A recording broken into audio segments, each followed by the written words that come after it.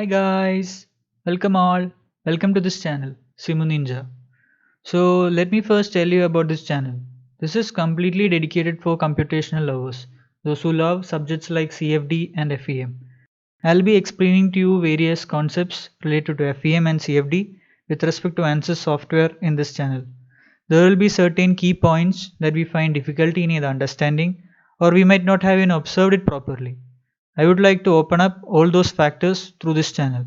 So basically I will be explaining you topics like basic meshing ideas in ANSYS, ANSYS contacts, basic fundamental problems in ANSYS mechanical, solution to standard problems in ANSYS fluent, and introduction to FEM and CFD.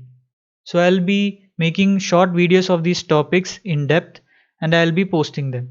So hope you guys will be loving it and enjoy learning. See you soon.